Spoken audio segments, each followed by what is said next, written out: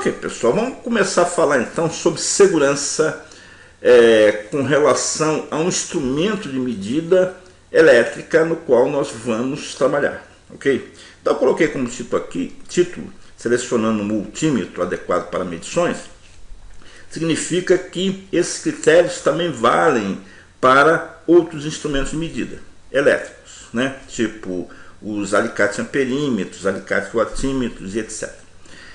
Bem, o que é necessário levar em consideração quando escolhermos um multímetro para uma aplicação?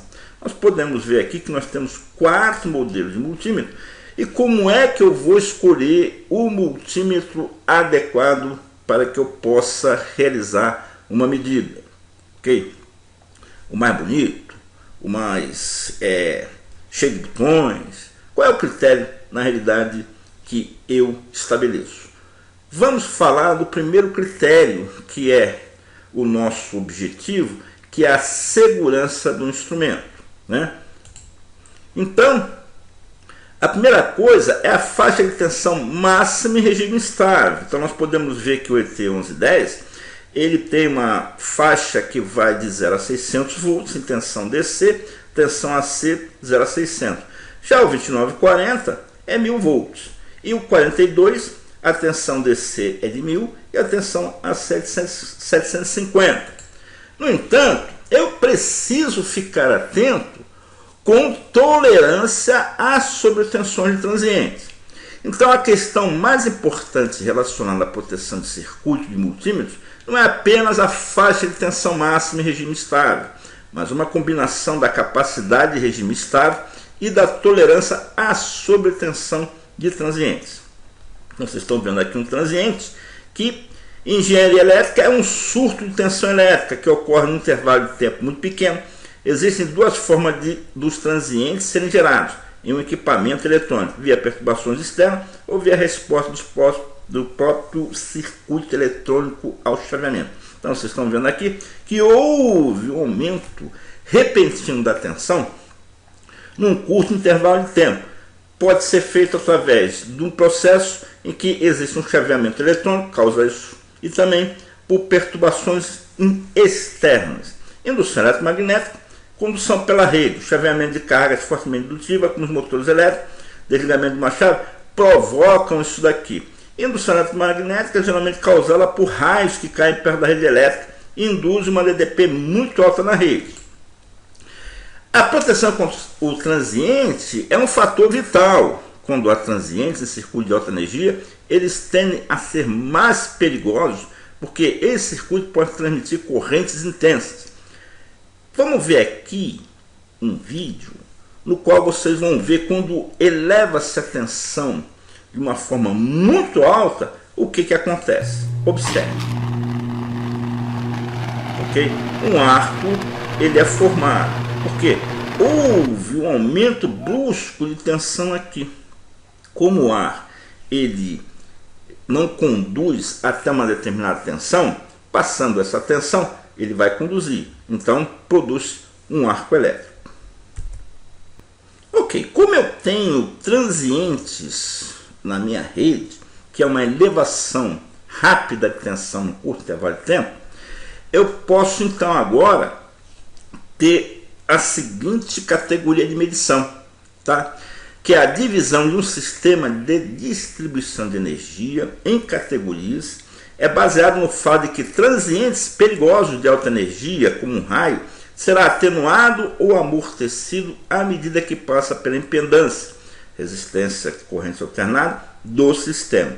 Então vocês estão vendo aqui que eu estou dividindo em regiões. Então na primeira região aqui, que é essa região, eu tenho uma categoria denominada de categoria 4.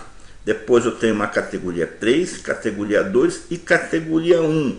Então os multímetros eles são classificados segundo o grau de segurança com relação a esses transientes em categorias de sobretensão, que é a categoria 4, categoria 3, 2 e 1.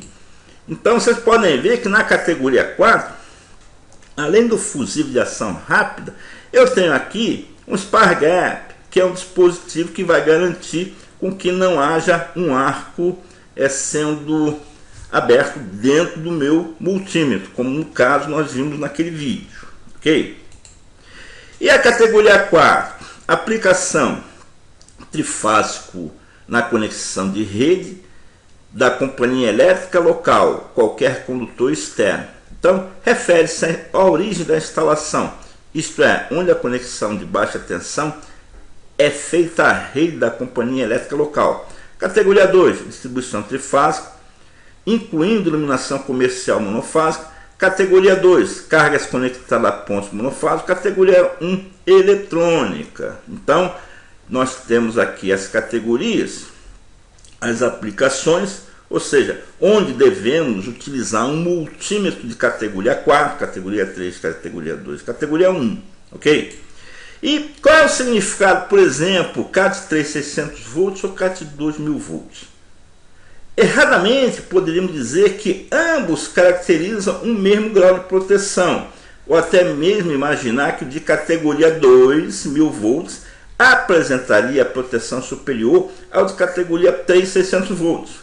Na realidade, o valor de pico do impulso transiente de tensão aplicado nos testes, o mesmo para as duas categorias, é 6000 volts. Entretanto, a diferença encontra-se na impedância das fontes fornecedoras de impulso. Como a impedância da fonte para o teste da categoria 3 é 2 ohms, a corrente nesse teste é 6 vezes maior que a corrente de teste da categoria 2, okay? Conforme nós podemos ver aqui. Então, o pico de impulso transiente utilizado foi 6000 volts, tanto para um quanto para o outro, mas, no entanto, a fonte de teste para a categoria 2000 volts foi de 12 ohms e categoria 3 de 2 ohms. Isso significa que a corrente aqui no categoria 3 vai ser 6 vezes maior do que o categoria 2. Ok, pessoal, vocês estão vendo aí alguns exemplos de multímetros comerciados pela Minipa.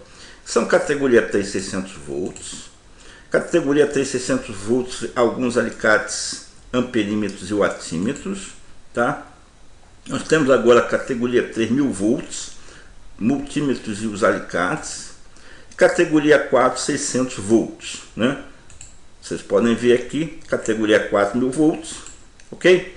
E vamos falar agora sobre a NR10, que fala sobre os equipamentos de proteção individual, requerimento fundamental para prestadores de serviço em instalações elétricas, ok? O que acontece? Vou fazer uma medição aonde eu preciso de um multímetro de categoria 4. Então significa que, além do multímetro, eu vou precisar ter um equipamento de proteção individual, conforme vocês estão vendo aqui, ó. O cara está fazendo uma medida, no entanto ele está usando uma luva. Em certas situações ele precisa estar bem protegido, porque embora ele esteja com equipamento apropriado, pode haver aqui a abertura de um arco e ele está protegido, tanto a parte do rosto, né, como o corpo. Então nós estamos vendo aqui também que o indivíduo sobe no poste, ele sobe no poste com todo o equipamento apropriado. Aqui nós temos um teste para verificar se a luva não tem nenhum rasgo, ou seja, nenhum furo que possa fazer com que exista um contato elétrico entre a mão do sujeito e uma das fases, ok? Então é super importante. Não adianta você utilizar apenas o equipamento categoria 4. É necessário que você tenha uma proteção individual para realizar medidas em locais que são extremamente perigosos. E nós vamos ver um caso muito interessante que ocorreu em uma empresa, ok? O acidente envolveu 2 funcionários que efetuavam medida de tensão em uma gaveta de painel 400 volts AC, utilizando multiteste. Danos: deformação do gabinete devido ao arco voltaico, veja que abriu um arco, estouro da chave seletora, ponta de prova derretida.